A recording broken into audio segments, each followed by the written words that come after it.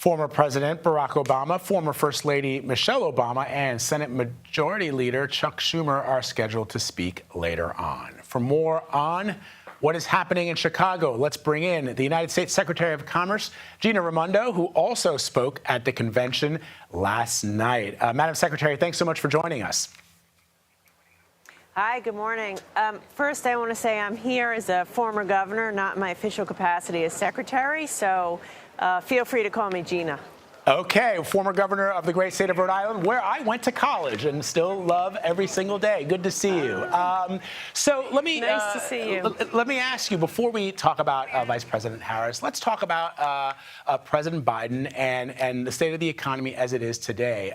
There are different views on how things are going, but I think that the most important thing that I'd like to hear from you is, how do you explain an economy that is strong, where we see GDP is strong, where we see inflation coming down, where we see job growth happening, where we see the CPI increasing, but people say, well, you know what, when I'm at the gas pump or when I'm at the grocery store, I still see high prices. How do people reconcile those two? Yeah, you know, when President Biden took office, he inherited really one of the greatest economic crises of our generation.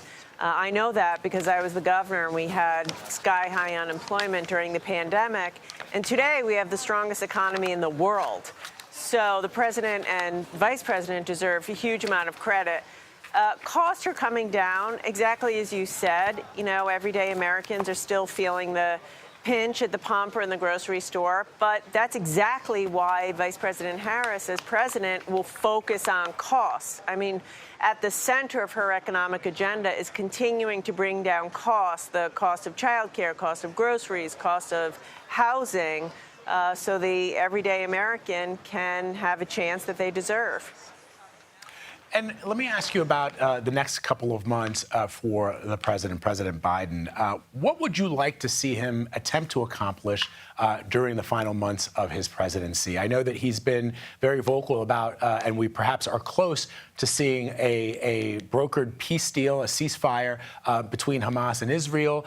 There's still some work, as you indicate, on the economy that needs to happen. What would you like to see over the next 5 months? You know, first I want to say he has been a truly extraordinary president. You know, thank God for Joe Biden. 4 years ago, he beat Donald Trump and saved us from Donald Trump by running. And today, Joe Biden's going to beat Donald Trump again by passing the torch. So this is a man who has given 50 years of his life to this country, and he's just incredible. He's got 5 months left, and he's going to run through the tape and finish the job. As I said, he took us from an economic crisis to the strongest economy in the world. We're building roads and bridges all over the country, connecting people with the internet. He has an incredible presence, engaging with our allies all around the world. I think that you can expect him to, just like he said last night, finish the job, finish strong. And every day that man wakes up, he works as hard as he can for the American people. And I don't think we'll ever, you know, be able to thank him enough. And Madam Governor, final question. One of the things that I think we finally got a little bit of an indicator from Vice President Harris is some of the things that she's thinking about when it comes to the economy, specifically as it relates to prices, not just of groceries, but also of pharmaceuticals.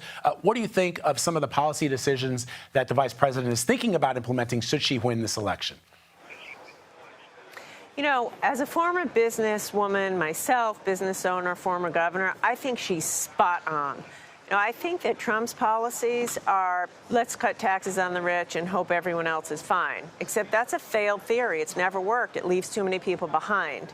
Kamala Harris is focused on bringing down the cost of childcare, bringing down the cost of housing, bringing down the cost of prescription drugs. She's got plans for that. She's focused on, you know, expanding and strengthening the middle class, which is the backbone of this country. So, as I said, as a businesswoman, as a governor, I think she's spot on, and we just got to get her over the finish line in November. All right, Commerce Secretary and former governor of the great state of Rhode Island, Gina Raimondo, thank you so much for joining us, ma'am. We appreciate it. Have a great day.